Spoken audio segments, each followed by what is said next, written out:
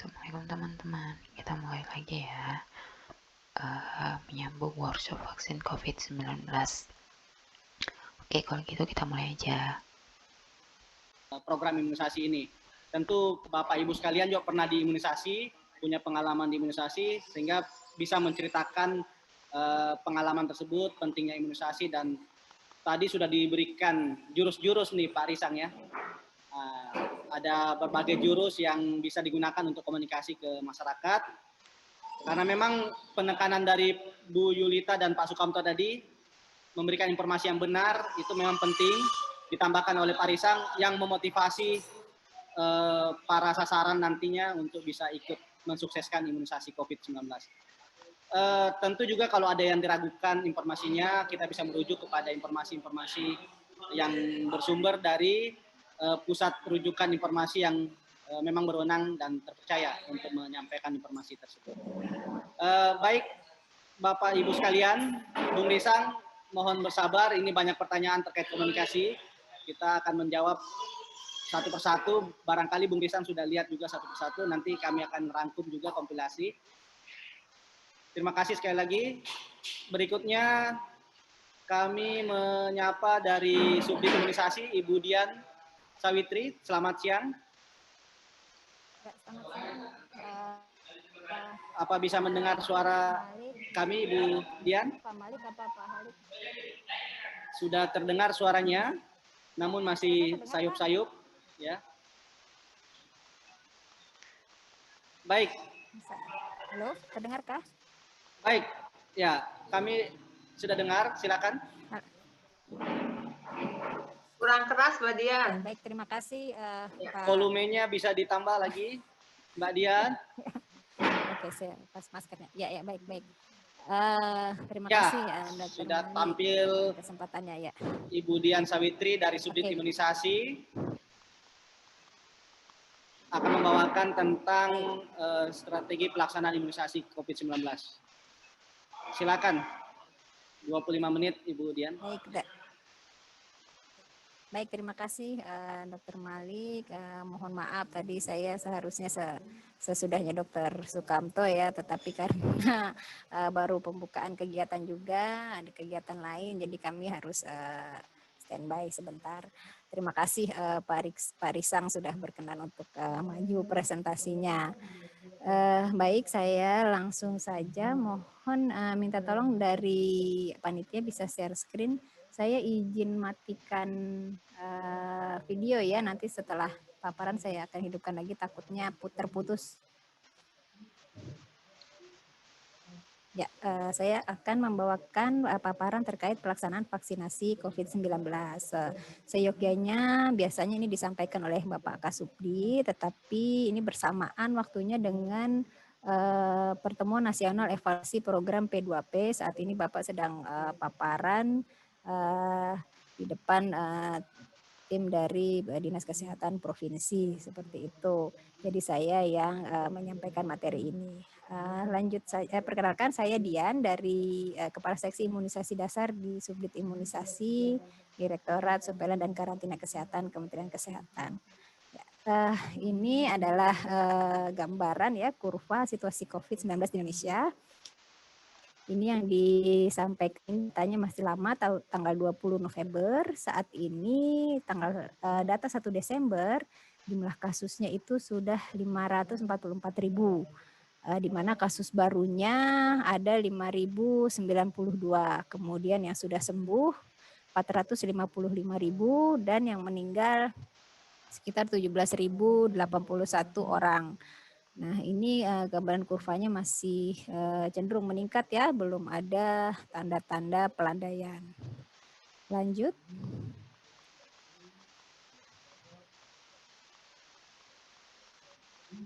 Ya, ini mungkin tadi sudah disampaikan oleh Bu Julita Sari ya, tujuan imunisasi COVID ya sama dengan tujuan imunisasi lainnya. Menurunkan kesakitan dan kematian, mencapai kekebalan kelompok, melindungi sistem kesehatan secara menyeluruh, dan yang terakhir diharapkan bisa menjaga produktivitas dan meminimalkan dampak ekonomi dari pandemi. Lanjut.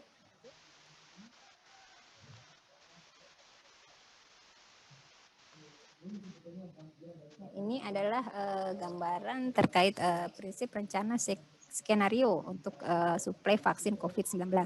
Jadi saat ini jumlah vaksin yang sudah tersedia atau yang tersedia itu masih terbatas dibanding jumlah yang dibutuhkan oleh tiap negara untuk bisa mencapai kekebalan kelompok.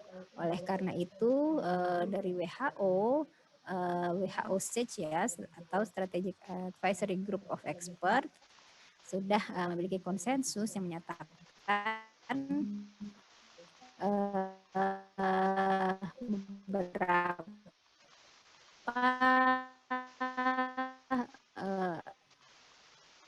skenario distribusi untuk ketersediaan vaksin masih sangat terbatas, maka sekitar 1-10% masing-masing negara hanya mendapat sekitar 1-10% dari total populasi. Kemudian batas, maka setiap negara akan mendapat sekitar 11-20% dari total populasi. Kemudian pada saat pasokan vaksin sudah mencapai ketersediaan yang sedang, maka setiap negara akan mendapatkan sekitar 20-50% dari total populasi setiap negara. Kemudian prioritas yang mendapatkan vaksin tentu saja tadi kelompok-kelompok yang rawan terpapar COVID seperti petugas kesehatan atau petugas pelayanan publik. Dengan WHO target profile perlu juga mempertimbangkan kriteria sebagai berikut, yaitu untuk keamanan tidak ada efek samping berat atau KIP serius, masih di slide yang sebelumnya.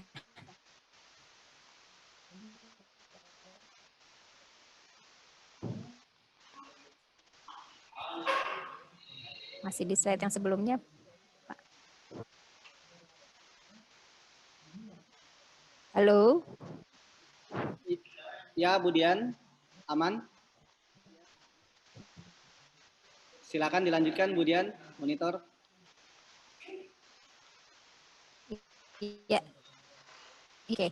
Ya, jadi pilihan vaksin COVID-nya diharapkan keamanannya baik, tidak ada efek samping berat atau serius. Kemudian efikasi ideal adalah 70-50 bisa multidose untuk optimalisasi kapasitas rantai dingin yang saat ini sudah tersedia. Kemudian sudah ada otorisasi atau penggunaan oleh Badan POM. Lalu menggunakan platform atau merek yang sama untuk memudahkan pelaksanaan dan evaluasi. Ya, jadi slide ini adalah kelompok sasaran dalam tahapan penerimaan vaksin. Ya, kriterianya yaitu penduduk yang kondisinya sehat dengan pekerjaan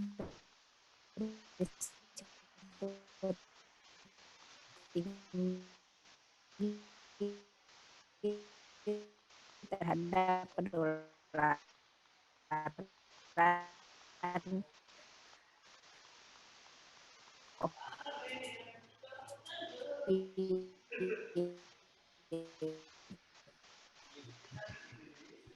di antaranya itu petugas sebagai stasiun, petugas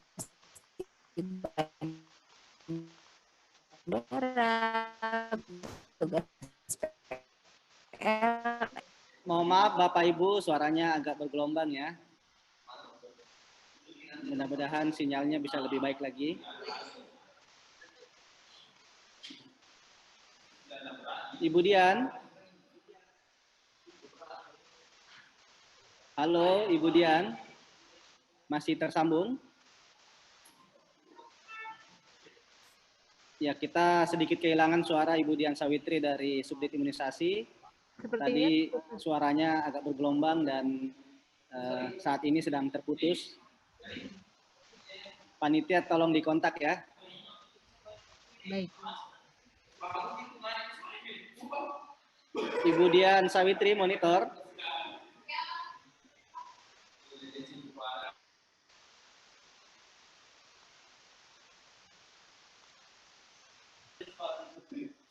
Ya, sambil menunggu Ibu Dian terhubung kembali, kita berharap sesi berikutnya akan interaktif sehingga paparan tadi juga masih bisa dilanjutkan.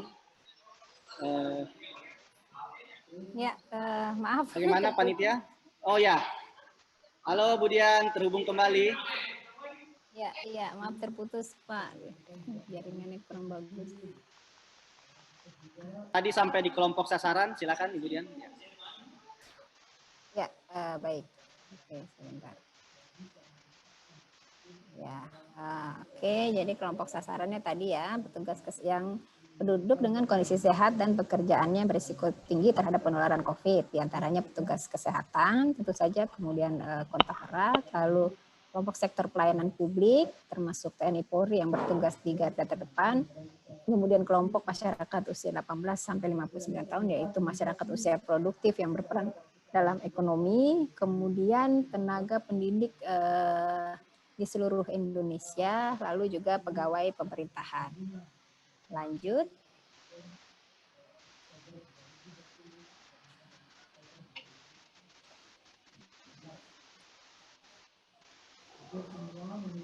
Lanjut.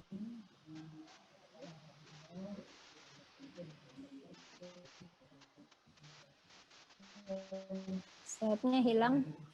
Ya, slide itu bisa dibantu panitia. Ya, slide-nya ini. Delay. Nah, hilang slide-nya. Oke, mungkin sambil saya jalan saja. Ya, next yang berikutnya. Ya, setelah ini ya. Oke, jadi sama seperti program imunisasi lainnya, jika kita akan melaksanakan program imunisasi dengan antigen baru, dalam hal ini COVID-19 ya, kita tentu meminta kajian atau rekomendasi dari Komite Penasihat Ahli Imunisasi Nasional atau ITAGI ya, Indonesia Technical Advisory Group on Immunization, yang terdiri dari para ahli imunologi, ahli imunisasi, kemudian ahli mediko-legal dan seterusnya seperti itu, untuk mendapatkan kajian-kajian apakah bagaimana pelaksanaan atau penentuan terkait pelaksanaan vaksinasi. Jadi kajian dari ITAGI kami sudah memintakan di bulan Agustus, September, dan Oktober. Ya, sudah beberapa kali. Berikut adalah rekomendasi yang sudah diberikan, di mana vaksin dapat diberikan kepada garda terdepan, yaitu tenaga kesehatan dan penunjang yang bekerja di Vaskes. Kemudian yang kedua, belum ada data dukung keamanan pemberian imunisasi COVID-19 pada kelompok usia tua, komorbid, wanita hamil, dan menyusui. Oleh karena itu, kelompok-kelompok tersebut belum masuk dalam sasaran pada tahap awal ini. Kemudian yang ketiga, penyediaan vaksin diharapkan dalam kemasan multidose untuk optimalisasi kapasitas rantai dingin. Kemudian untuk membentuk herd immunity, imunisasi sebaiknya diberikan pada 70-80% dari populasi. Kemudian program imunisasi dilakukan setelah keluarnya izin dari Badan POM, dalam hal ini Emergency Use Authorization. Kemudian perlu komunikasi publik dan merilis hasil uji klinis di Indonesia dengan testimoni-testimoni dari yang sudah peserta dari uji klinis tersebut. Kemudian untuk vaksin nasional sebaiknya tidak banyak jenisnya untuk mengurangi kejadian ikutan pasca imunisasi. Lanjut. Ya.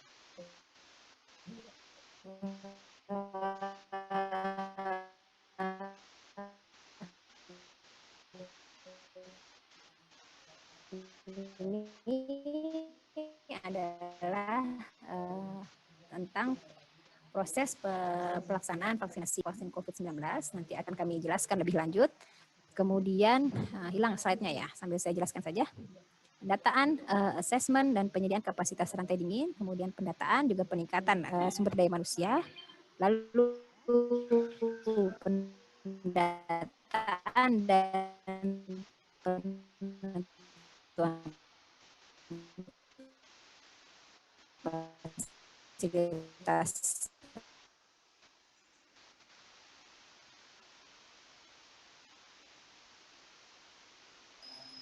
rupanya sinyal tidak begitu stabil ya. Memang kadangkala sinyal ini menjadi problem juga. Ibu Dian, bisa tetap dilanjutkan? Halo, tidak terdengar suaranya?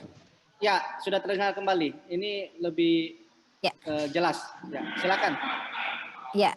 Nanti Baik, paralel jadi aja, masih di walaupun slide. slide-nya berjalan, nanti Bu Dian tetap menyampaikan tidak masalah. Bu Dian. Ya. Silakan. Jadi di tahapan pelaksanaan akan dilaksanakan distribusi sarana cold chain, distribusi vaksin dan logistik lainnya, standar tempat pelayanan, standar manajemen limbah, kemudian operasional sistem informasi, dashboard satu data tadi ya dengan digital tiket dan pencatatan hasil vaksinasi. Kemudian dimonitoring dan evaluasi, dilaksanakan pencatatan dan pelaporan, pemantauan pelaksanaan dan pasca pelaksanaan, pemantauan dan penanggulangan, rapid convenience assessment atau RCA, kemudian cost effective analysis. Oke, yang ini terkait kapasitas pelaksanaan pemberian pelayanan vaksinasi COVID. Dapat kita lihat di sini. Ya, jadi nantinya vaksinasi COVID akan dilaksanakan di klinik atau klinik puskesmas ya, kemudian atau di klinik-klinik kantor, klinik klinik vaksinasi, di sekolah, di perusahaan-perusahaan juga bisa. Kemudian juga di pos pelayanan vaksinasi ya. Nah, kami mencatat memiliki sekitar 10.000 puskesmas, kemudian pemerintah, termasuk milik kementerian, TNI, Polri, pemerintah daerah, juga klinik swasta. Lalu ada 49 kantor kesehatan pelabuhan beserta wilayah kerjanya. Adapun kapasitas sumber daya manusia yang kita miliki saat ini, jumlah vaksinator di puskesmas ya Bapak Ibu, ini ada sebanyak 23.145 tenaga kesehatan dengan rasio pelayanan 1:20. Biasanya satu vaksinator melayani 20 orang sasaran. Kemudian untuk kapasitas rantai dingin berdasarkan cold chain equipment inventory, lebih dari 90% Fasiankes memiliki cold chain yang berfungsi dan standar dengan standar pre-qualified WHO. Kapasitas cold chain untuk penyimpanan vaksin rutin dapat menampung 35%. Sehingga kapasitas yang seharusnya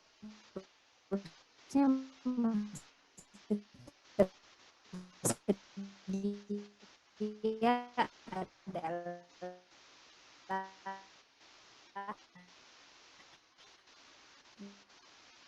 65%. Lanjut, ini akan dilaksanakan sesuai dengan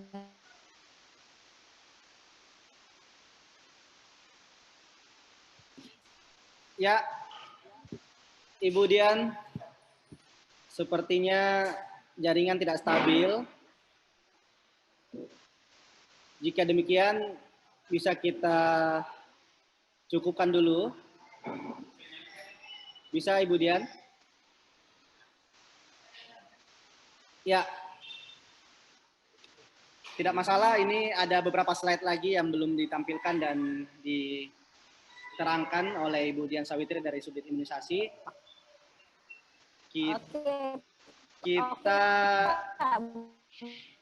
Kita cukupkan dulu. Boleh, Bu Dian? Nanti beberapa poin-poin yang tersisa ini akan diterangkan di sesi tanya jawab. Tidak masalah barangkali. Kami cukupkan dulu untuk Ibu Dian Sawitri. Baik Bapak Ibu sekalian, kita akan masuk di sesi tanya jawab. Ini ada waktu setidaknya 30-45 menit. Kepada para narasumber yang hadir pada siang hari ini, Ibu Dr. Julita Sari, kemudian ya. Selamat bergabung kembali. Ya. Ya, terima kasih. Kemudian Pak Sukamto, Dr. Sukamto Pusno dari Satgas Imunisasi Dewasa, Perhimpunan Dokter Ahli Penyakit Dalam, dan juga Bang Risang Rimba Atmaja dari Konsultan Komunikasi UNICEF, Ibu Dian Sawitri dari Subdit Imunisasi. Ada 4 narasumber panelis yang akan menjawab atau merespon pertanyaan yang sudah ada. Baik, Bapak Ibu sekalian, ini ada banyak sekali pertanyaan. Ada lebih dari 30 pertanyaan yang muncul di dialog yang ada di grup. Kita coba pertanyaan pembuka dulu. Jika ada tenaga kesehatan yang menolak untuk divaksinasi atau mempertanyakan tentang vaksinasi ini, itu seperti apa penjelasannya kepada mereka? Mungkin kita dahulu membahas soal ini.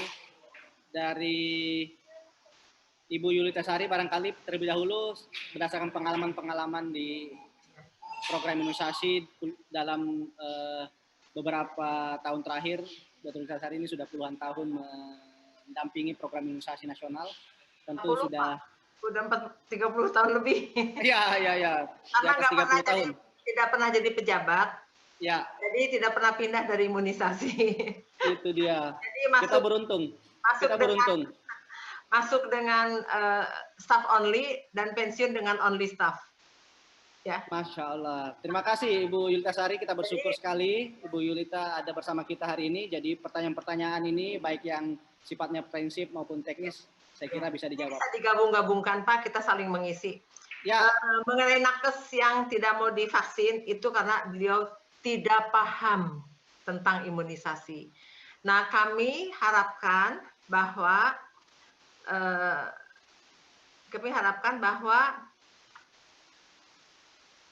yang pada hari ini hadir untuk mendengar paparan dari kami, tim kami semua, agar dia bisa memberikan motivasi kepada para nakes yang tidak mau. Tapi itu kan hanya segelintir. Saya rasa mereka sekarang malah sedang menunggu-nunggu kapan itu akan datang. Karena setidak-tidaknya tujuan utama dari imunisasi adalah memberikan kekebalan secara individu. Nah, baru setelah semua mass campaign itu memberikan kekebalan herd immunity, kekebalan komunitas. Ya. Jadi dikatakan tolong yang pertama, vaksin ini adalah aman. Yang kedua, itu adalah imunogenik. Ya. Yang ketiga, akan memberikan perlindungan terhadap kita, apalagi petugas nakes yang kerja di rumah sakit dan menghadapi pasien COVID. Setidak-tidaknya akan sangat besar paparan yang akan didapatkan daripada kita yang stay at home. Ya. Jadi itu adalah suatu penjelasan atau edukasi ya kepada nakes tersebut karena dia tidak memahami. Begitu kali ya Pak. Ya, terima kasih Ibu Yulita Sari. Memang pertama-tama kesadaran ini tentu atas dasar pemahaman yang baik terkait program imunisasi. Saya pribadi pernah ikut di vaksin campak, difteri waktu sebelum berangkat pelayanan kemanusiaan di Rohingya dan di Asmat 3 tahun yang lalu. Tentu terkait vaksin dewasa ini memang baru-baru aja diterapkan programnya. Dr. Sukamto mungkin bisa menjelaskan sedikit berdasarkan riwayat perjalanan program imunisasi yang ada baik pada anak-anak maupun pada dewasa.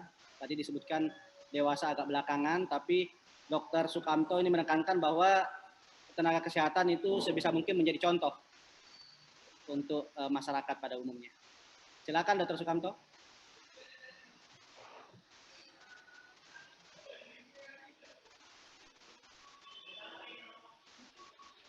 Sambil terima kasih. Oh ya.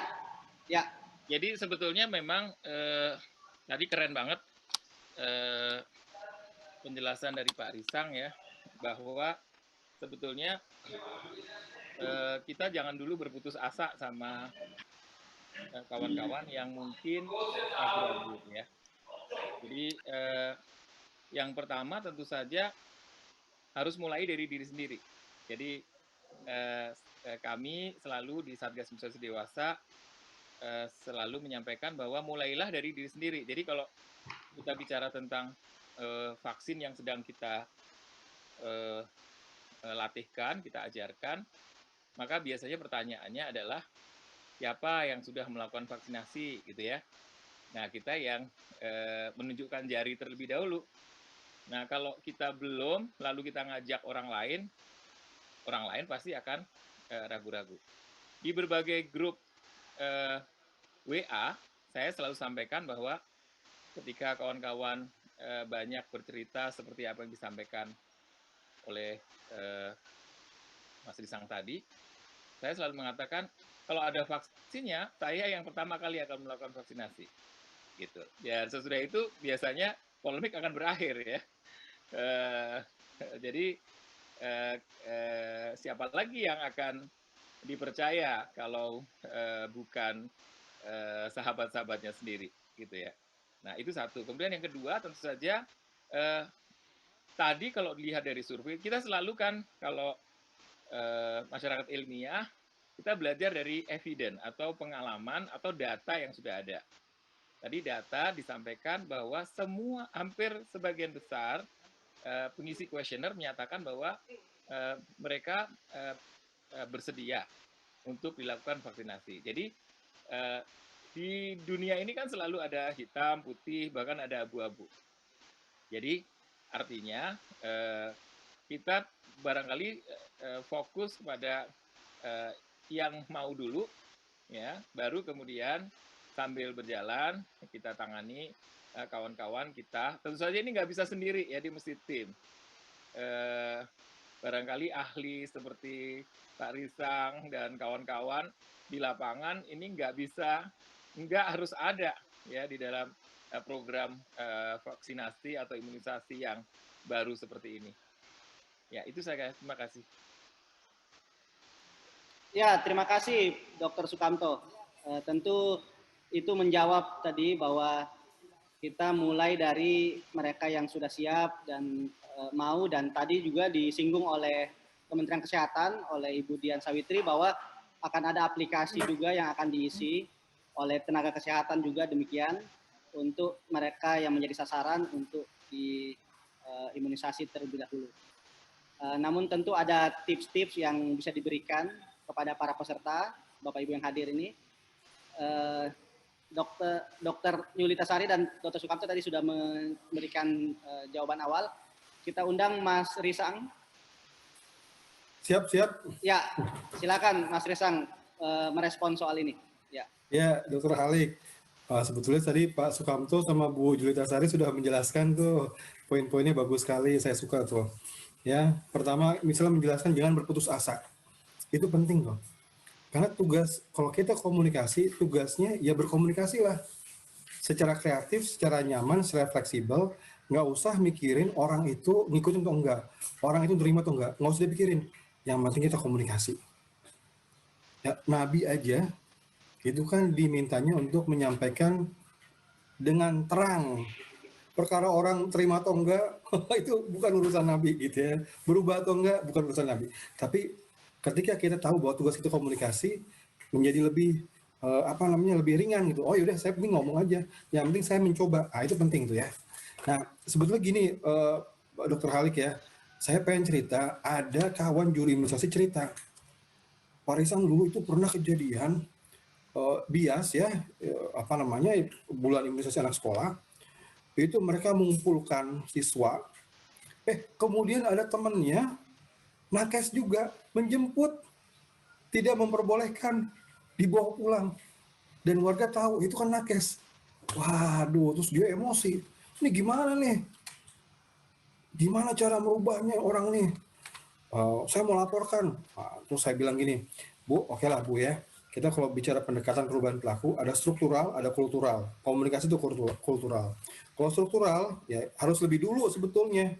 Lebih dulu disampaikan kepada teman-teman nakes, wahai nakes, harus terima ya, kalau nggak terima, menolak, ayo bicara. Tapi jangan sampai menolak terus ditunjukkan kepada masyarakat, nah hukumannya berat, itu. Tapi itu harus sebelumnya disampaikan. Ya nggak boleh belakangan, itu nggak boleh ya. Itu secara struktural. Nah sekarang saya bilang secara kultural gimana? Kalau saya bilang prinsip kita berkomunikasi itu non-conflicting ya, jangan berkonflik. Ya, jangan, dan juga harus menyelamatkan muka. Awalnya itu aja dulu. Jadi jangan langsung, wah kamu di depan orang-orang kamu kemarin bawa anak kamu sehingga ke acara saya bubar. Itu nggak menyelamatkan muka dan akhirnya menjadi penolakan yang akan terus-menerus gitu. Jadi hindari konflik, selamatkan wajah. Nah sekarang tinggal teknik, gimana caranya? Mulailah dengan yang indirektif atau secara tidak langsung. Misalnya apa? Misalnya taruh di mejanya brosur, kirim-kirim WA di grup, ngobrol-ngobrol tentang imunisasi, tetapi tanpa menyebut dia orang yang menolak. Itu secara tidak langsung. Pelajari apakah ada perubahan, ataukah dia punya concern. Kalau dia punya concern, dia sampaikan, respon dulu. Ya. Nah kalau cara indirektif tidak bisa, tidak mempan, baru cara-cara yang lebih direktif. Temuin orangnya, ya, ajak ngobrol. Ya, itu mungkin cara yang bisa dilakukan. Tidak mau melakukan juga bahkan menyebarkan kepada orang lain, ya udah itu urusannya struktural jadinya. Gitu, Dr. Halik ya. Terima kasih. Silakan saya kembalikan. Ya, terima kasih Bung Risang, menarik sekali contoh-contoh yang diberikan. Dengan penjelasan seperti itu, yakin dan percaya teman-teman tenaga kesehatan tentu pada waktunya akan siap untuk divaksinasi COVID-19. Dan dari 1.200.000-an lebih tenaga kesehatan di Indonesia, itu juga menjadi prioritas utama untuk divaksinasi lebih awal. Di samping pejabat-pejabat publik atau petugas-petugas publik lainnya yang bertugas untuk memaksimalkan 3T dan 3M di masyarakat. Baik, ada satu lagi pertanyaan terkait ini. Apakah vaksin yang akan datang ini bisa membantu untuk kebal terhadap COVID-19, mengingat katanya virus corona COVID-19 ini manifestasi penyakitnya bermacam-macam atau beragam, disebut 1000 wajah atau banyak variasinya. Nah, ini barangkali dimulai dari Dr. Sukamto dulu tentang penetapan sasaran 18 sampai 59 tahun ini. Tentu juga di antara itu ada orang-orang kesehatan itu sendiri, dan juga ada penyakit yang diderita, sehingga ada yang perlu didahulukan, ada yang bisa kebelakangkan. Nah, ini juga nanti terhubung dengan rekomendasi ITAGI yang diberikan kepada pemerintah terkait dengan sasaran yang diimunisasi lebih awal, seperti itu. Diimunisasi lebih awal, seperti itu. Ya, silakan. Itu tadi dari Dr. Nur Albar Gorontalo, dari Pak Abdul Rahman, dan dari Rosdiana Sitohang. Itu pertanyaannya seperti itu. Ya.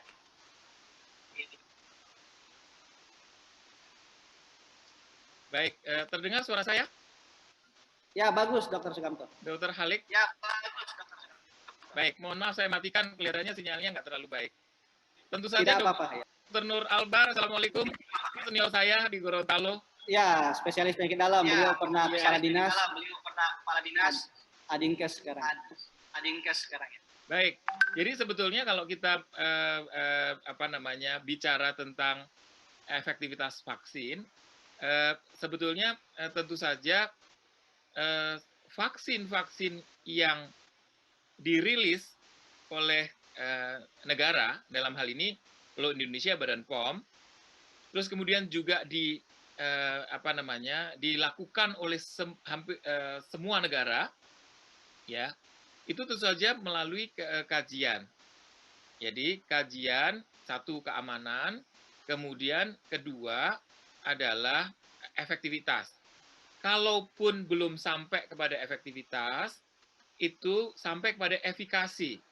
Efikasi itu adalah ketika pada ranah penelitian yang jumlahnya puluhan ribu itu, gitu. Jadi kita tahu bahwa fase 3 itu dilakukan di banyak negara, dan nanti para ahli yang diundang oleh Badan POM, ketika Badan POM mengatakan bahwa ini sudah boleh diedarkan, itu artinya itu sudah dalam kajian tidak hanya referensi dari dalam negeri, tapi juga referensi dari seluruh dunia, gitu. Jadi kalau dikatakan apakah ini efektif, tentu saja kemudian setelah pada ranah fase 3 pada penelitian, ya karena vaksin COVID ini benar-benar mulai dari penemuan di preklinik sampai klinik itu amat sangat cepat, tetapi tetap mengikuti tahap-tahapnya, maka sama seperti vaksin yang lain, seperti vaksin flu misalnya, ketika dirilis, itu juga yang dinilai adalah efikasinya. Nah, kemudian setelah beberapa tahun kemudian, atau barangkali ada penelitian 6 bulan, setahun di post marketing, itu dilakukan penelitian, pengamatan, ya, kemudian dibandingkan. Bisa langsung dibandingkan tuh misalnya gini, yang divaksin dengan yang tidak divaksin, apakah lebih banyak yang terinfeksi? Atau kalau terinfeksi, apakah lebih ringan atau tidak? Nah, kemudian juga yang berikutnya, analisa tidak langsung. Jadi analisa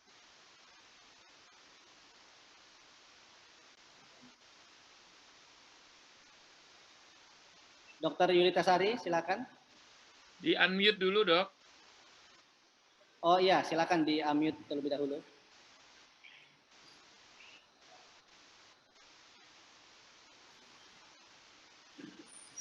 Baik, untuk pemilihan vaksin yang pertama akan dipakai adalah vaksin dari Sinovac.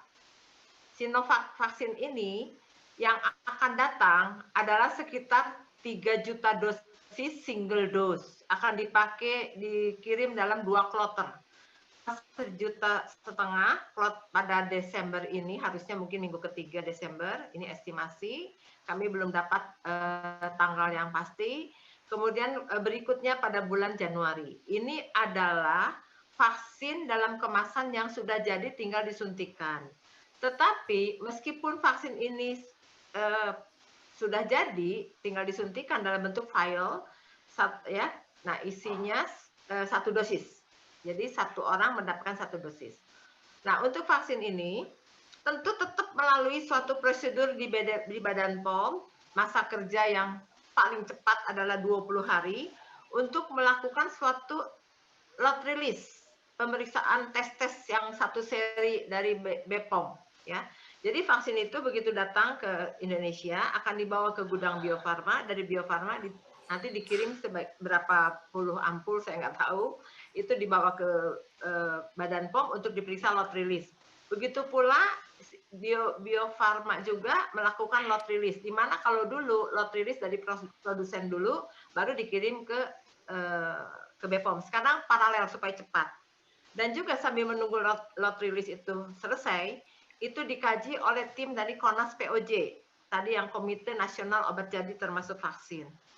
Nah, baru setelah itu, setelah mendapat EUA, berikan waktu untuk distribusi vaksin yang dalam bentuk jadi ini priority untuk petugas nakes. Dan ini akan dikirim untuk kebutuhan 34 provinsi, ya. Jadi sudah dihitung dan sudah cukup untuk yang pertama. Untuk yang berikutnya, Bulog juga akan datang pada bulan-bulan ini. Saya juga nggak tahu karena saya bukan orang Bio Farma. Nah, Bulog ini itu adalah seperti bahan baku istilahnya. Itu akan dilakukan formulasi di Bio Farma, kemudian di filling itu diisikan ke dalam botol-botol. Itu adalah multidose. Atau 1 botol isinya sekitar 5 cc lebih untuk 10 dosis.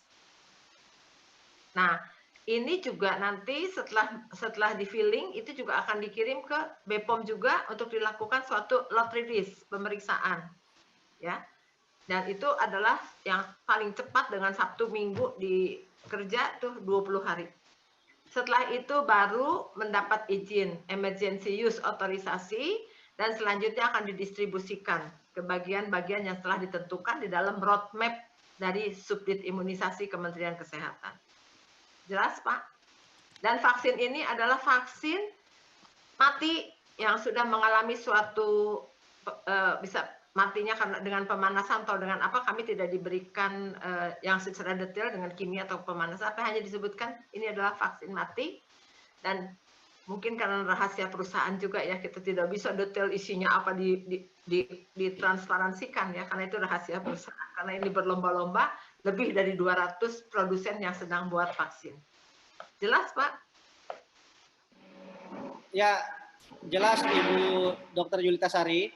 Terima kasih penjelasannya sangat detail tadi, meskipun belum ada saat ini, tapi dalam waktu dekat vaksin Sinovac itu kan kerjasama dengan Indonesia di Bio Farma di Bandung akan diproduksi juga, tapi ada juga yang memang langsung dikirim dari negara produsen.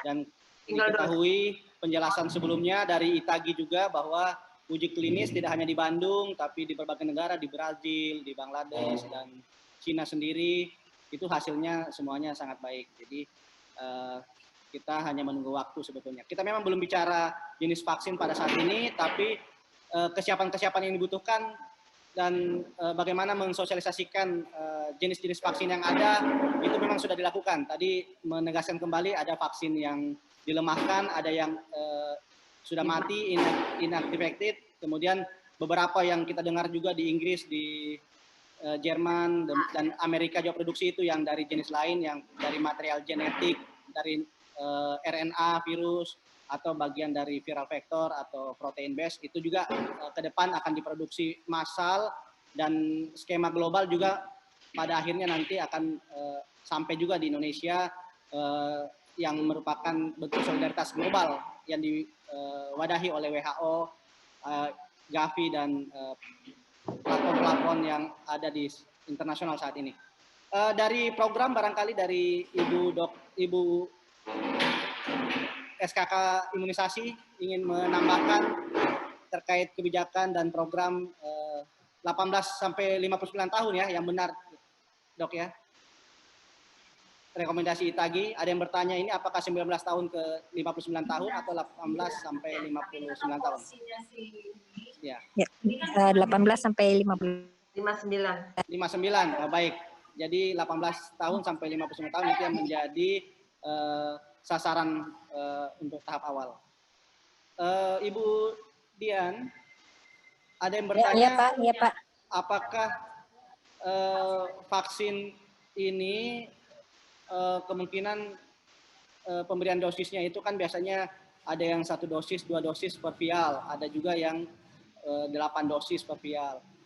Ini dari Ibu Jumra, ini barangkali juri di lapangan, bertanya apakah bisa diberikan pada anak di bawah 18 tahun atau orang tua usia di atas 59 tahun.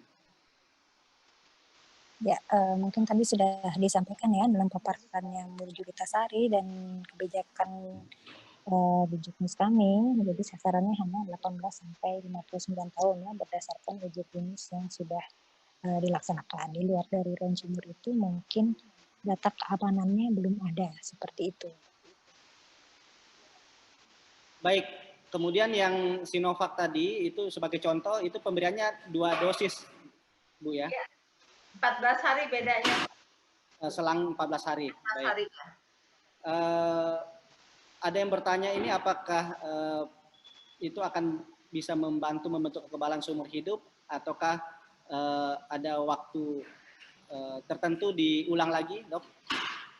Maksudnya sampai saat ini uji klinik di kita dan juga di tempat lain itu baru 18 sampai 59. Tetapi sedang ada bridging study, studi lanjutan pada anak yang lebih muda, 12 tahun dan sampai usia di atas 60. Kita tunggu ya. Ini vaksinnya yang untuk nakes juga belum datang. Vaksinnya untuk kita hitung untuk program pada sasaran usia 19 sampai 59, 18 sampai 59 juga belum sampai. Jadi kita bersabar dulu karena vaksin ini akan datang secara bertahap. Kemudian juga akan secara bertahap, dan juga kan kita harus diolah di Bio Farma dan nanti pendistribusian juga secara bertahap. Kemudian saya sekalian ada yang menanyakan lagi, tadi saya sekelebat lihat di dalam chat box, masih ada yang menanyakan belum bisa diberikan pada anak lebih kecil, pada orang yang tua udah berulang-ulang ya Bu ya. Jadi ini sekalian terjawab tadi, ada yang menanyakan seperti Sekalian itu. Ibu hamil menyusui, Bu, ada penjelasannya. Sementara exclude Pak. Sementara untuk lektor pertama kita ibu hamil, ibu menyusui dan komorbid yang tidak terkontrol kita tidak masukkan lebih dahulu. Kita ingin semua kloter pertama ini betul-betul aman ya. Kemudian tadi sekelebat saya lihat di dalam chat box juga ada pertanyaan lah katanya medis dan non medis di rumah sakit juga itu risiko paparannya. Tadi sudah saya jelaskan yang namanya rumah sakit akan diberikan dari mulai garda depan sampai garda belakang. Tadi sudah saya jelaskan bahwa selain tenaga medis, tata usaha, petugas gizi, apapun yang terjadi di rumah sakit risiko terpaparnya besar. Dan juga akan diberikan vaksin itu sampai ke yang garda belakang seperti yang pemulasaraan jenazah sampai ke supir ambulan. Jadi semua akan diberikan ya, tapi tergantung dari waktu rumah sakit menghitung jumlah pegawainya yang dimasukin atau tidak oleh rumah sakit tersebut, sehingga selain kita membuat roadmap di tingkat pusat, itu harus dijabarkan tiap provinsi oleh provinsi masing-masing dalam bentuk microplanning. Begitupun terus turun ke bawah sampai ke kabupaten dan kota dan sampai ke puskesmas. Karena di lapangan tentu yang bersangkutan yang paling paham siapa saja yang harus diberikan. Kita di pusat, di provinsi, di pusat sentral itu ya tentu Kementerian Kesehatan tidak bisa mendetail sekali ya, tetapi semua akan dijabarkan dalam bentuk microplanning ya. Apalagi Pak? Ya, sementara itu Ibu Yulita Sari ada beberapa lagi, tapi saya ingin masuk ke Ibu Dian Sawitri dari SKK terkait microplanning atau kesiapan dalam hal penetapan sasaran, kemudian penyiapan logistik, cold chain dan petugas, dan kira-kira rencana vaksinasinya lebih detail. Itu bagaimana arahannya ke teman-teman di puskesmas atau di pasyankes lainnya? Silakan.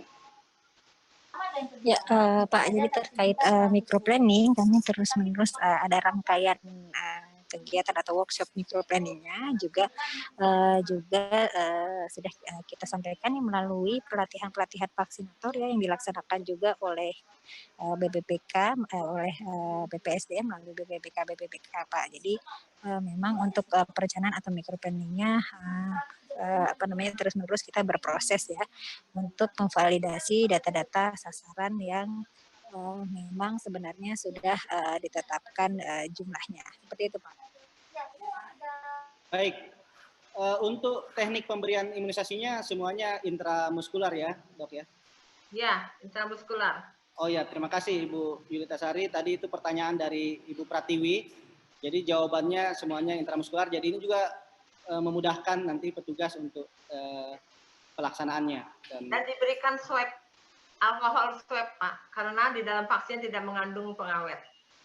Baik, jadi dari sisi teknis sebelum disuntikan di swab itu dibersihkan dulu lengannya dengan kapas alkohol lalu kemudian disuntikan.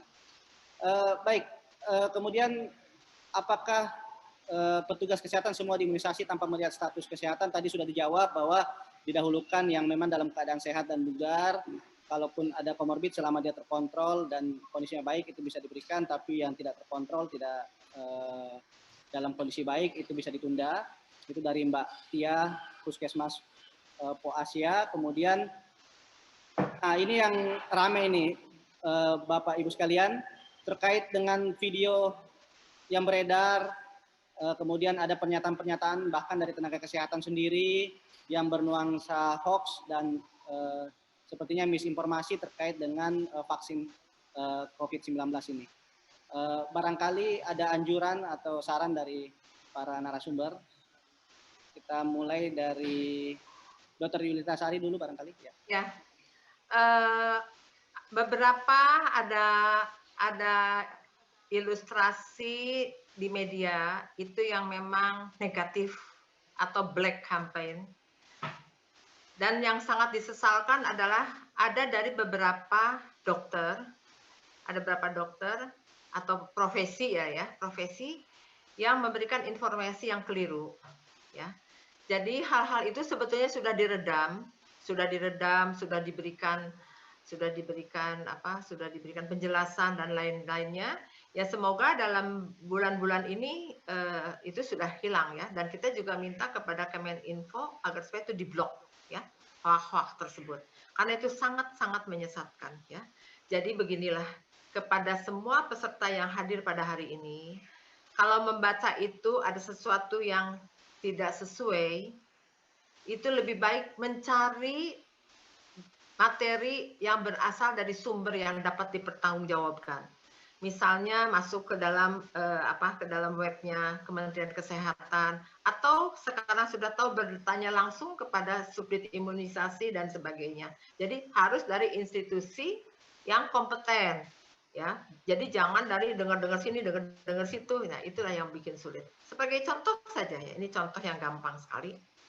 Seorang dokter public health, seorang epidemiolog itu mengatakan bahwa stop pembelian vaksin, lebih baik dibelikan untuk PCR. Nah beda, PCR itu kan untuk mendeteksi apakah ada infeksi atau tidak. Sedangkan imunisasi adalah untuk memberikan kekebalan individu. Yang pertama, tujuan utama individu bagi dia sendiri, nakes yang berkecimpung di rumah sakit dan menghadapi pasien COVID, yang kita lanjutkan dengan misalnya kalau cakupannya tinggi, berarti herd immunity. Anak-anak kecil dan misalnya orang-orang yang imunokompromis yang kontraindikasi belum diberikan vaksin, itu akan terlindungi juga secara tidak langsung. Namanya herd immunity, kekebalan komunitas. Nah, kemudian hentikan pemberian vaksin. Apa yang mau dihentikan? Beli aja belum kok, Pak. Beli juga belum, masih hitung-hitung. Saya juga nggak ngerti kenapa dia menyesatkan. Kemudian juga mengenai keamanan, jangan khawatir, kita harus yakin. Tidak mungkin dilakukan fase 3 kalau fase 1 dan 2-nya jelek. Ya. Justru karena fase 1 dan fase 2-nya bagus, mereka berani paralel bikin sambil uji klinik nyusul, mereka juga bebenah diri bikin adonan, istilah awamnya ya. Bikin adonannya sehingga nanti bulatnya bisa dikirim, bisa segera diformulasi dan segera di-filling.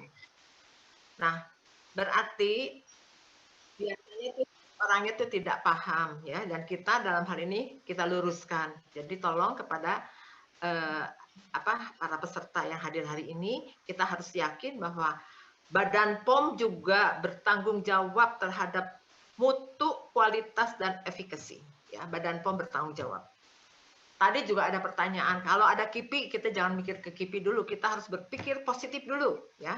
Yang penting kita hati-hati memberikan kepada nakes juga yang komorbid, kalau yang tidak terkontrol jangan diberikan, tetapi dikontrol dulu ya. Jadi misalnya dia diabetes, kalau terkontrol tiap hari makan obat, dia sebulan sekali ke dokter ya nggak apa-apa, dan kelihatannya bugar bisa diberikan gitu ya. Jadi sekarang pun ada penelitian bahwa di Afrika, di Amerika, di Meksiko, dan di Inggris itu sedang meneliti pada AIDS yang terkontrol itu 240 diberikan imunisasi COVID-19 dan hasilnya ternyata baik. Ya, mungkin respon imunnya tidak setinggi dari orang yang sehat, tetapi timbul katanya. Ya, saya baru saja mendapat laporan. Kemudian juga ada penelitian yang sedang dilakukan di Inggris dan nanti di Amerika Meksiko itu adalah pada orang tua sampai usia 81 ya, 60 sampai 81, 40% adalah usia lansia. Jadi kita bersabar, kan Bapak Presiden juga bilang bahwa tidak usah terburu-buru, kaidah-kaidah akademik tetap dilakukan ya. Kita hati-hati sekali. Jadi kalau hoax-hoax semua, aduh udah deh capek deh, nggak usah dibaca ya, mendingan mendengarkan webinar yang resmi ya.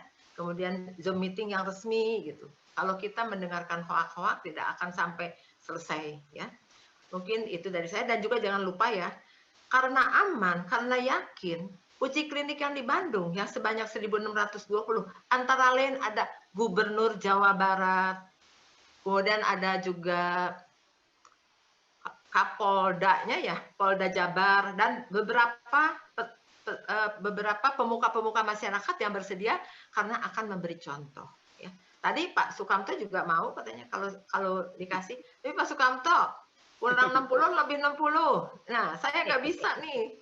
Kalau Dr. Intasari udah di atas usia 59 ya. Saya mungkin nggak masuk 17 tahun soalnya. Ya. Artinya Bu Yulita, untuk uji klinis aja itu tidak hanya orang-orang biasa seperti kita tenaga kesehatan atau masyarakat umum, tapi ternyata tokoh-tokoh masyarakat, gubernur, pemuka dan tokoh-tokoh publik itu juga ada yang menjadi bagian dari 1.600. Mungkin itu. sedikit juga ada suatu ilustrasi.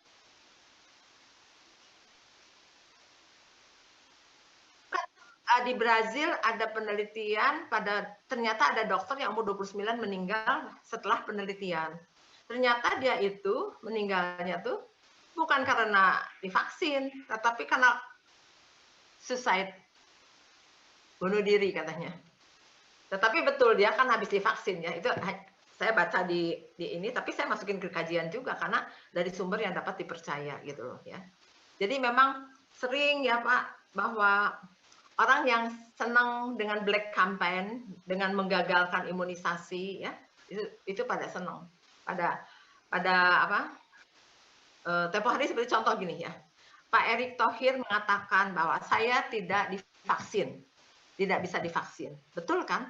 Karena beliau tinggalnya di Jakarta, sedangkan protokol dalam uji klinik itu untuk yang tinggal di Bandung yang memudahkan gitu loh. Tapi isunya di media Erick Thohir aja tidak mau divaksin, gimana rakyatnya mau? Nah, gitu loh. Ya, jadi semua tuh selalu diputar balik ya. Jadi kita lebih baik menanyakan kepada yang kompeten dan yang dari sumber resmi ya. Itu aja Pak pesan dari saya. Terima kasih. Terima kasih, sangat lengkap Ibu Yulita Sari. Dari Pak Dr. Sukamto, apa ada yang ditambahkan, terutama untuk mengklarifikasi soal kelompok yang sementara tidak diimunisasi karena alasan-alasan tertentu tadi? Itu apa ada penekanan kembali? Silakan, ya, Dokter. Prinsipnya begini, yang divaksin itu yang sudah diteliti gitu. Kan kita mau konsekuen. Jadi yang sudah terbukti keamanannya itu dipraktekkan gitu di masyarakat. Kan kalau penelitian itu intinya adalah penelitian klinik itu eligible population. Jadi yang diteliti itu harus bisa mewakili populasi yang akan diintervensi, gitu. Jadi yang diteliti itu sudah dipilih kira-kira kelompok besar yang akan mewakili kelompok besar yang akan divaksin. Ikutin saja. Jadi nanti ketika Badan POM memberikan rekomendasi atau ketika memberikan izin edar, Badan POM akan memberi arahan kepada perusahaan vaksin yang merilis, yang memproduksi vaksin tersebut, ya apa saja yang harus disampaikan, mulai dari indikasi, kontraindikasi, precaution atau kehati-hatian, gitu ya. Nah barangkali saya sedikit menambahkan tentang keamanan. Kawan-kawan sekalian, tidak ada satu vaksin pun yang tidak ada KIPI-nya. Gitu. Jadi jangan lupa nanti, wah ini katanya nggak ada, katanya aman, ini kok terjadi shock anafilaktik gitu ya. Nah, yang dimaksud dengan aman tadi adalah, itu KIPI yang terjadi itu tidak lebih merugikan dibandingkan dengan manfaatnya. Tidak lebih jelek KIPI-nya dibandingkan vaksin-vaksin yang lain yang sudah duluan dirilis gitu. Itu barangkali ya Dr. Julita ya. Ya, baik. Itu saja, terima kasih. Ya, sedikit menyambung lagi Dr. Sukamto terkait efek simpang tadi. Memang KIPI maupun efek simpang ini tentu ada pembahasan tersendiri nantinya. Tapi tadi penekanannya perlu tetap waspada dengan potensi terjadinya efek simpang atau KIPI, sehingga ada keharusan untuk menyediakan antisipasi terhadap shock anafilaktik begitu ya Dok ya. Jadi untuk semua penyuntikan memang ada risiko, baik obat, vaksin, sehingga perlu penanganannya dan antisipasinya standar begitu Dok ya. Baik, ini satu pertanyaan yang belum terjawab. Apakah yang pernah menderita COVID-19 kemudian sembuh itu tetap perlu divaksin? Kemudian apakah perlu ada pemeriksaan sebelum dan setelah divaksin terkait dengan status COVID-19-nya? Kemudian satu lagi misalnya yang asam uratnya tinggi, kolesterolnya tinggi, tekanan darahnya tinggi, itu seperti apa tindak lanjutnya terkait vaksinasi ini? Ya. Silakan dok. Sukamto mungkin yang lebih pas untuk jawab. Baik, jadi yang pertama tentu saja intinya adalah kalau ada komorbid, dia harus dalam keadaan stabil. Jadi misalnya hipertensi, tekanan darahnya terkontrol, kencing manis, gula darahnya terkontrol. Kalau kolesterol, asam urat itu tidak ada dalam prosedur screening vaksinasi. Jadi biasanya itu tidak mempengaruhi ya, tetapi nanti kita lihat apakah ada precaution atau kontraindikasi pada keadaan-keadaan tersebut. Terus kemudian apalagi tentang pencatatan. Jadi yang paling sering kelemahan kita tenaga kesehatan Indonesia itu adalah ini kata surveyor yang datang ke tempat kita itu satu kata mereka begini, tulisan dokter itu di seluruh dunia jelek, tetapi yang paling jelek tulisan dokter Indonesia, katanya begitu. Jadi itu barangkali satu sentilan bahwa secara umum bukan soal tulisan, tetapi soal bagaimana kita melakukan tracing terhadap kejadian ikutan pasca imunisasi. Kayak misalnya dicek apakah namanya benar atau tidak, umurnya, alamat, terus kemudian komorbidnya ada apa enggak gitu ya. Dan ingat, tadi dokter yang menentukan apakah yang bersangkutan bisa divaksinasi atau tidak. Jadi teman-teman dokter ini yang justru akan menjadi garda terdepan melakukan screening apakah kawan-kawan saudara-saudara kita itu boleh divaksin atau tidak. Jadi itu. Nah, sekarang kalau bagaimana cara, kalau orang Jawa bilang coro bodohnya aja. Jadi bodohnya ikutin aja apa yang menjadi petunjuk pedoman dari Kementerian Kesehatan. Di luar itu ya boleh didiskusikan. Kan kita ngomongnya akan massal nih, ya. Kalau ngurusin ini atu gitu ya, itu barangkali bisa diurus, diserahkan saja, dikonsulkan saja misalnya kalau teman-teman dokter umum, konsulkan ke teman-teman spesialis penyakit dalam. Teman-teman spesialis penyakit dalam misalnya ada kesulitan, bisa konsul ke kami. Di setiap provinsi saya kira ada para konsultan alergi imunologi klinik atau teman-teman yang ada di tropik infeksi untuk bisa didiskusikan. Itu sangat kecil sekali kejadiannya. Ya, sebagai contoh saja misalnya vaksin meningitis itu nggak banyak yang datang ke RSCM. Biasa bisa diselesaikan oleh teman-teman di KKP. Ya itu. Dan itu akan menjadi enak. Cara kerja yang efektif adalah melakukan prioritas-prioritas pekerjaan, kemudian yang nggak bisa dikerjakan diselesaikan di tingkat lanjutan. Jadi kita pakai rujukan juga. Baik, makasih. Izin satu hal lagi tadi belum disinggung Dr. Sukamto, dari Nurhana Sahril, Muhammad Batalipu dan Ismail Lestaluhu ini bertanya tentang status penerima vaksin ini, apakah diperiksa COVID sebelumnya atau setelah vaksin? Oke. Jadi kalau desain penelitiannya ya, desain penelitiannya ya, nanti Dr. Julita Sari barangkali bisa meluruskan kalau saya keliru. Desain penelitiannya itu yang memang belum terinfeksi, gitu. Jadi dites, ya, di swab, kemudian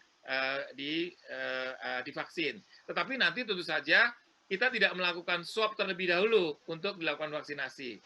Tetapi yang jelas, ya, vaksin ini itu tidak menjadi, misalnya orang yang sudah ada antibodinya atau sedang sakit, itu akan menjadi memperparah begitu keadaannya. Jadi kondisi penelitiannya itu akan persis dipakai pada saat kita melakukan imunisasi massal nanti.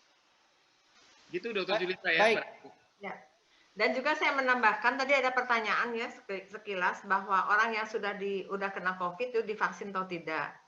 Nah, ini untuk saat ini, sementara untuk kloter pertama itu ditunda dulu karena dianggapnya yang sudah mendapat infeksi secara alamiah, dia akan timbul antibodi. Kapan antibodinya hilang, itu kita harus ada suatu data dari penelitian.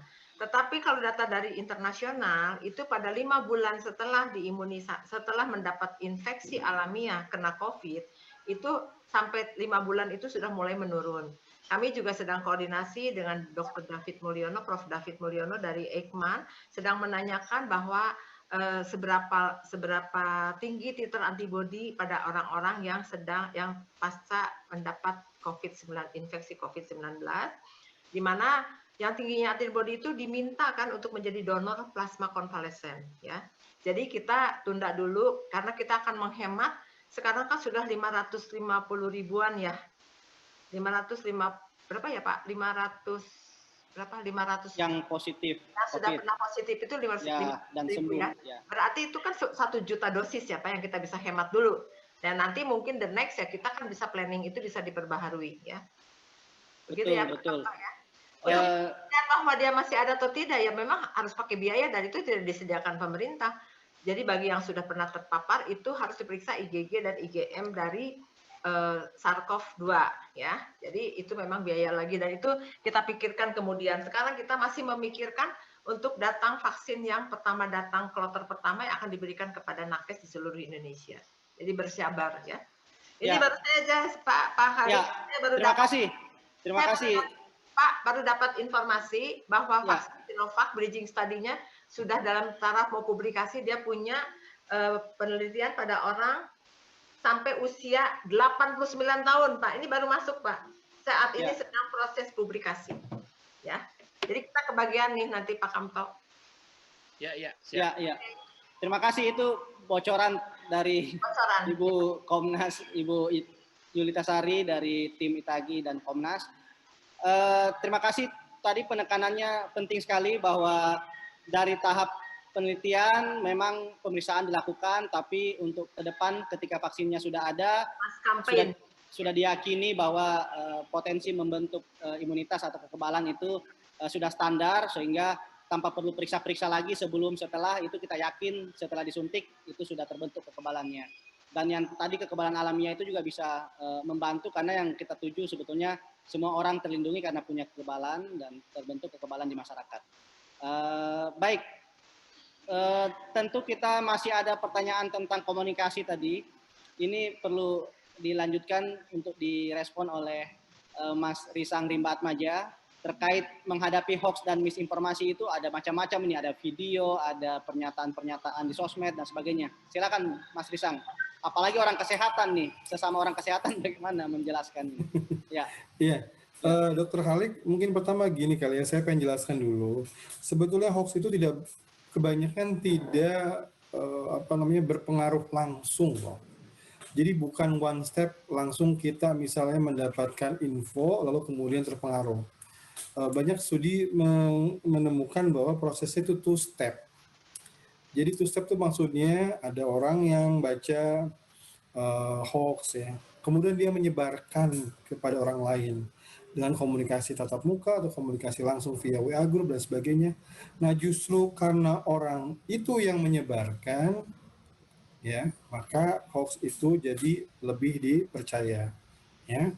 Nah orang itunya itu punya karakteristik tersendiri.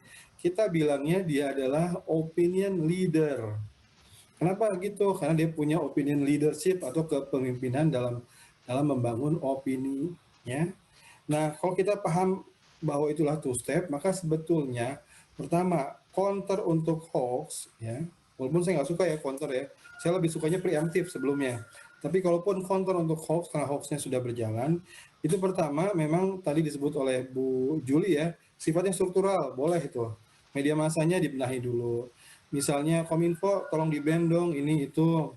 Lalu kemudian media massanya itu ya kita lebih handle mereka lebih baik gitu ya. Misalnya kita buat edukasi dan sebagainya.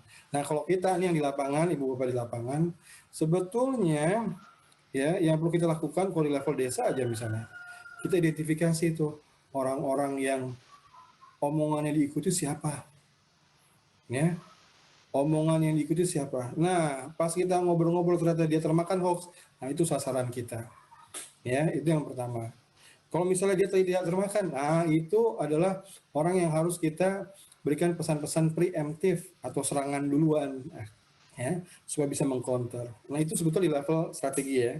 Nah di level individu ya tatap muka ya orang ke orang, Kalau saya sih pesannya begini Bapak Ibu, kita lihat dulu kadar orang terperangkap dalam hoax-nya.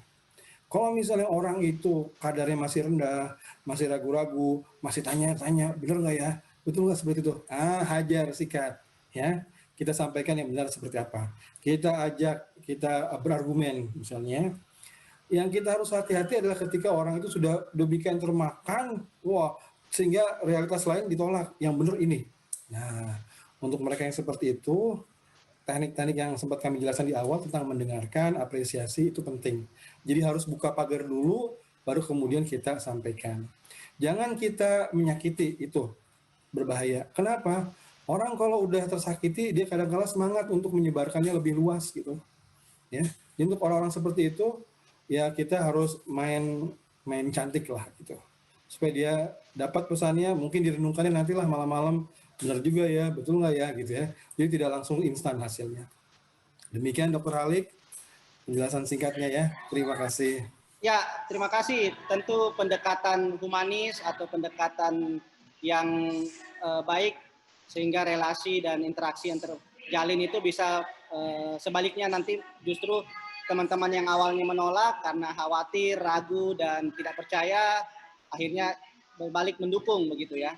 Itu tadi dari Pak Ashari, Ibu Dasria, Ibu Ika, pertanyaannya terkait contoh langsung yang bisa diberikan kepada teman-teman petugas ini, baik juru imunisasi maupun pelaksana di puskesmas atau di rumah sakit atau di dinas kesehatan. Ada contoh langkah-langkah barangkali Mas ini kapan dijawab sendiri, kapan dirujuk ke sumber-sumber terpercaya atau yang berwenang? Ya.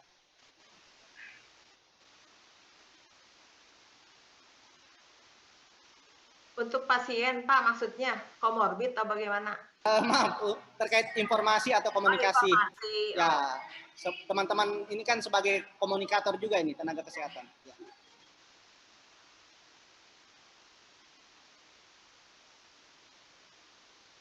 Oke, Pak Risa mungkin ada informasi sebatas mana teman-teman komunikator ini menjawab secara langsung kapan mereka harus merujuk pada sumber lainnya atau yang berwenang atau yang terpercaya.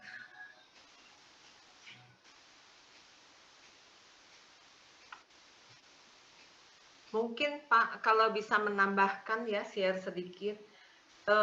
Dalam waktu kita masih punya waktu 1-2 bulan ini, itu KPCPEN itu sangat gencar sekali, dan juga dari Kemenko Info ya, dan juga dari Diklat juga ya, itu sudah BPSDM semua tuh sudah berusaha untuk memberikan suatu edukasi yang benar ya. Jadi ya kelihatannya sih semua sudah dijalankan, tapi sedang dalam proses ya. Kita harapkan bahwa semua upaya-upaya webinar apapun, upaya-upaya ini adalah untuk juga memperbaiki komunikasi dan memberikan suatu edukasi bahwa benefit dari imunisasi itu apa, kepentingan apa, dan memberikan proteksi seperti apa. Mungkin itu sudah sangat cukup ya, karena ini masih berproses. Dan menurut Ibu Maria juga bahwa nanti akan ada edisi berikutnya ya, yang tentang keamanan ya, KIPI atau keamanan vaksin. Mungkin demikian ya Pak. Ya, terima kasih Bu Yulita Sari. Dari program barangkali ada tambahan, Ibu Dian Sawitri, silakan.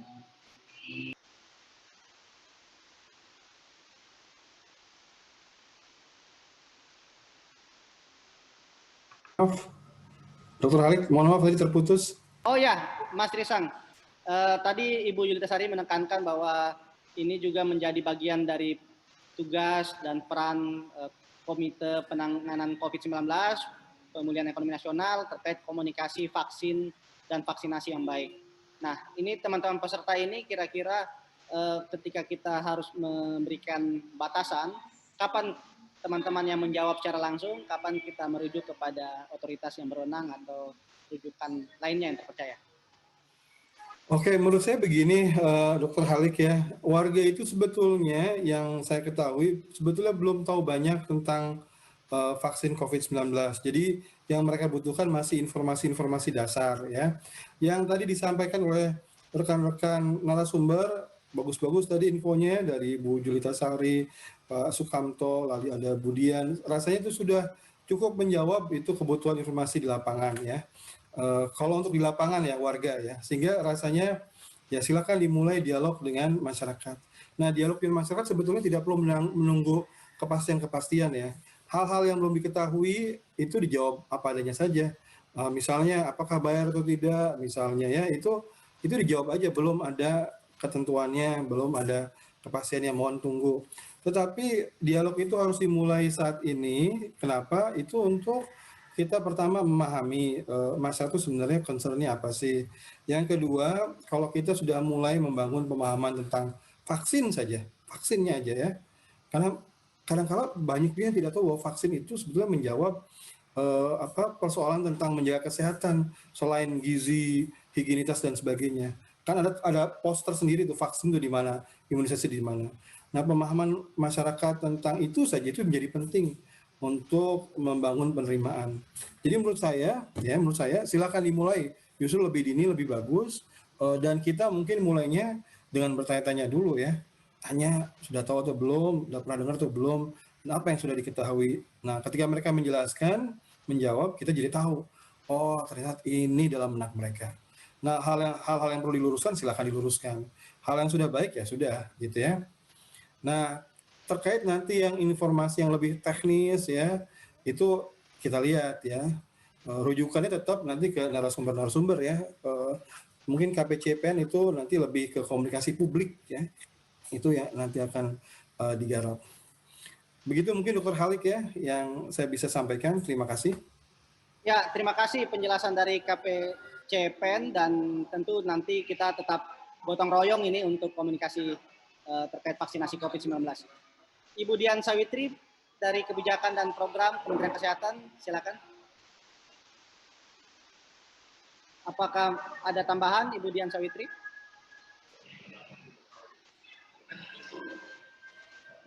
Baik, jika belum ada tambahan, ini karena waktu juga, mayoritas pertanyaan sudah terjawab. Selebihnya berupa saran-saran seperti misalnya hasil uji klinis atau hasil penilaian dari Badan POM dan para pakar yang terlibat di dalamnya, itu kiranya dapat juga disampaikan kepada teman-teman tenaga kesehatan yang menjadi petugas, baik sebagai vaksinator atau komunikator, atau mungkin juga bagian dari sasaran.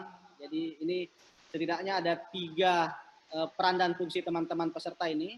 Mereka pada umumnya adalah yang akan divaksin lebih awal, kemudian yang akan mengkomunikasikan kepada publik, kemudian yang ketiga sebagian menjadi vaksinator atau pelaku di lapangan nantinya. Barangkali ada yang... Dari BPOM baru bisa memberikan EUA sekitar minggu ketiga Januari, jadi berarti pasti akan ada press release yang besar ya. Jadi kita tunggu saja, tidak usah terburu-buru. Yang penting bahwa semua step itu semua step itu dikerjakan dengan baik. Demikian dari saya. Ya, terima kasih Ibu Yulita Sari.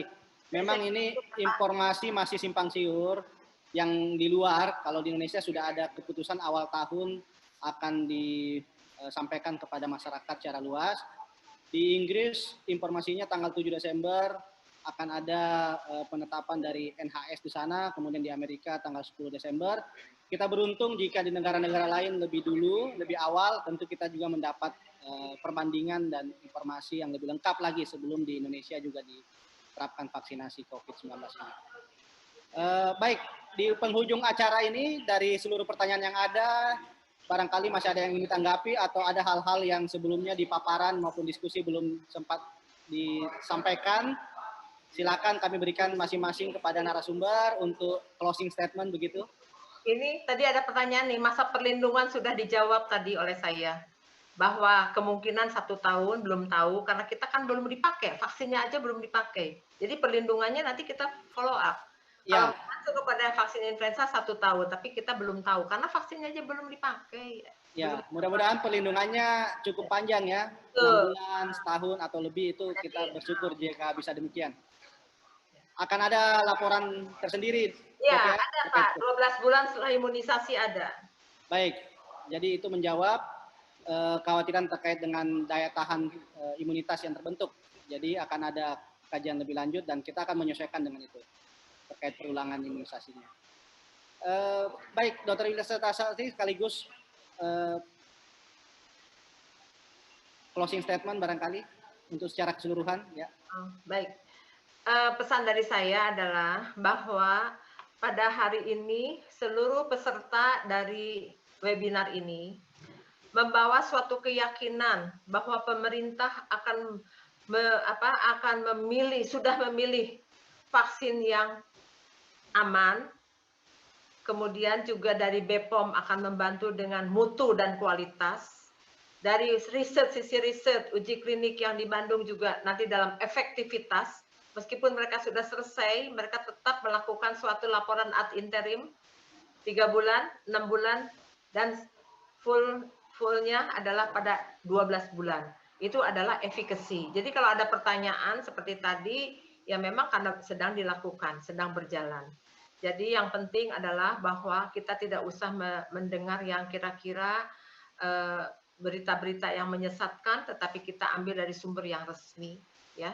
Dan juga kalian yang ikut pada hari ini harus menjadi seorang motivator terhadap lingkungannya. Terima kasih. Ya, ini ada satu dari Ibu Ramawati ini diulang pertanyaannya karena barangkali tadi belum cukup jelas, meskipun sudah dijawab sama Ibu Yulita Sari terkait orang-orang yang divaksinasi ini. Sebelumnya Ibu tadi menyebut ada pejabat-pejabat juga, ada tokoh masyarakat, barangkali bisa dijawab kembali. Ya. Bapak Gubernur Jawa Barat antara lain yang saya tahu banget ya, beliau sudah melakukan imunisasi 2 kali dan sedang dalam masa pemantauan. Jadi banyak tokoh-tokoh masyarakat yang ingin menunjukkan bahwa mereka berani imunisasi. Ya, termasuk Presiden juga menyatakan ya, jika disarankan oleh para ahli dan otoritas, ya, betul sekali, siap untuk divaksinasi. Betul. Saya juga kalau dikasih bocoran dari Pak Sukamto, jalan belakang nanti dari RSCM boleh juga Pak Kamto. Dan tadi saya katakan bahwa saya dapat bocoran bahwa vaksin Sinovac ini sudah punya data uji klinik sampai usia 80, berapa tadi ya saya katakan? 89 tahun. Ya, 89 tahun dan saat ini sedang proses publikasi. Jadi kita harus mantap ya. Apa yang sudah disediain, apa yang sudah disiapkan, itu pasti dipilih yang terbaik. Ya, kita yakin dengan vaksin, Dok ya. Ya. Di beberapa tempat di kampanye imunisasi di tanah Papua misalnya, kadang-kadang bupati, kepala puskesmas, tokoh-tokoh adat, tokoh agama divaksin lebih dulu sebelum masyarakat divaksin menyusul setelah mereka. Itu salah satu bentuk komunikasi juga ke masyarakat, sehingga masyarakat lebih yakin. Ya Pak, waktu MR di Papua, saya ingat. Ya, Ibu Yulita Sari mengamati sewaktu kampanye campak rubella yang lalu, imunisasi campak rubella. Baik, terima kasih Ibu Yulita Sari, sangat lengkap penjelasannya sampai di akhir penghujung acara ini. Selanjutnya kepada Mas Risang, silakan. Saya live dulu ya, ada ini, tapi saya nggak bisa matiin ininya videonya. Terima kasih Dr. Halik. Untuk penutup pesan saya sih singkat saja Ibu Bapak, manfaatkan kampanye vaksin ini sebagai upaya untuk membangun hubungan trust dengan masyarakat ya. Karena apa? Karena nanti kalau kita punya hubungan yang bagus, trust yang kuat dengan masyarakat, maka isu apapun menjadi lebih mudah ya. Sehingga dengan demikian jangan sampai selewengkan isu vaksin ini untuk misalnya berkonflik, bertengkar, berdebat yang kemudian memutus hubungan. Itu yang harus kita hindari ya. Selamat bekerja Bapak Ibu, pokoknya komunikasi saja tugas kita ya, edukasi masyarakat ya. Tidak usah pikir apakah itu berhasil atau tidak dulu ya, yang penting dinikmatin, menambah teman, menambah kawan. Terima kasih. Saya kembalikan ke Dr. Halik, silakan. Ya, tentu ikatan batin antara petugas dengan masyarakat itu penting karena imunisasi ini adalah program jangka panjang dan penanganan COVID juga kemungkinan sama halnya jangka panjang juga. Berkelanjutan begitu ya. Baik, terima kasih Bung Risang, sangat memotivasi dan menyemangati teman-teman. Selanjutnya Pak Sukamto Kusno tadi beralih ke handphone tadi. Bisa di unmute oleh host Pak Sukamto ya.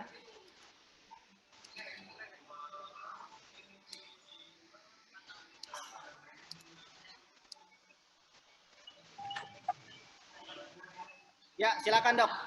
Baik, terima kasih. Barangkali saya tidak banyak memberikan pesan pada teman-teman. Intinya adalah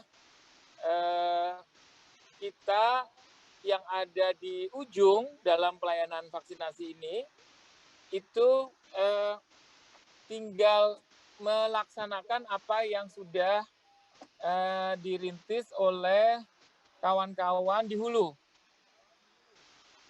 Tentu saja yang perlu kita lakukan adalah karena ini vaksin baru, maka satu prinsip kehati-hatian. Kemudian yang kedua, melakukan prosedur vaksinasi dengan benar. Kemudian yang ketiga tentu saja sebagai salah satu syarat melakukan vaksinasi seperti yang diajarkan selama ini, bahwa ada proses screening umum, screening khusus, termasuk melakukan komunikasi tentang keamanan, termasuk efek samping dari vaksin tersebut. Tidak ada yang perlu disembunyikan, tetapi harus secara bijaksana menyampaikannya kepada masyarakat. Ya, barangkali kalau kita lebih paham dari kawan-kawan kita, tadi apa yang sudah diajarkan, disampaikan oleh Mas Rinsal tadi, itu menjadi bahan kita untuk bisa berkomunikasi. Mulai dari diri sendiri, tentu saja juga tidak gaduh ya ketika kita mendapatkan berita yang belum tentu jelas kebenarannya. Itu saja barangkali. Terima kasih. Ya, terima kasih Pak Dr. Sukamto dari Perhimpunan Ahli Penyakit Dalam. Penting sekali tadi closing statement yang disampaikan. Baik, terakhir dari Subdit Imunisasi Kementerian Kesehatan Republik Indonesia, Ibu Dian Sawitri, silakan.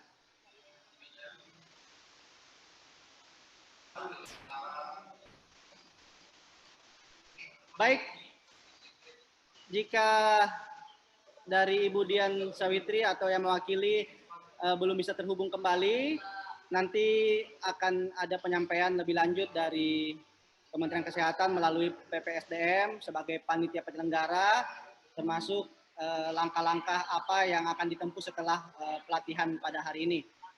Setidaknya dari pembicara yang hadir, dari paparan yang diberikan, dari diskusi yang berkembang tadi dan tanya jawab yang sangat interaktif dan menarik, kita terpacu untuk tetap bersiap waspada dengan situasi yang ada saat ini, bagaimana tantangan imunisasi vaksinasi COVID-19 di tengah pandemi ini bisa kita sukseskan, dan tentu kita optimis dengan informasi-informasi yang ada tadi bahwa strategi vaksinasi 19 yang disiapkan dan pelaksanaan vaksinasi COVID-19 ke depan ini bisa berhasil, dan teman-teman tetap percaya diri, tetap bersemangat, tetap kompeten baik dalam pelayanan maupun dalam komunikasi terkait vaksinasi COVID-19 ini. Barangkali itu saja harapan dari kami juga dari profesi, dari panitia dan moderator pada hari ini. Sebagai penutup, itu tadi tetap solid, tetap kita kedepankan keilmuan dan sains yang berkembang terus-menerus, dan terakhir tetap optimis dengan upaya yang sedang kita lakukan. Baik, waktu dan tempat kami kembalikan kepada panitia, kepada host. Silakan kepada Ibu Oos Fatima barangkali sebagai Kepala Pusat Pelatihan di Kementerian Kesehatan, atau yang mewakili silakan. Demikian, billahi taufiq wal hidayah. Assalamualaikum warahmatullahi wabarakatuh. Waalaikumsalam.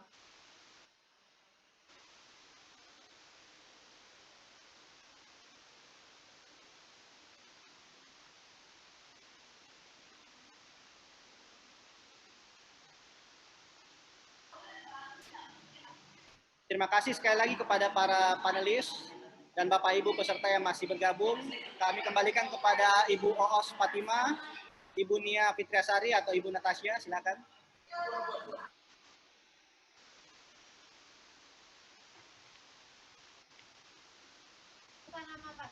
Ini Mbak, ini. Ya. Catatannya di situ. Catatannya di mana?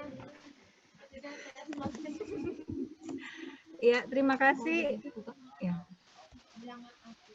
Ya, terima kasih Dr. Halik.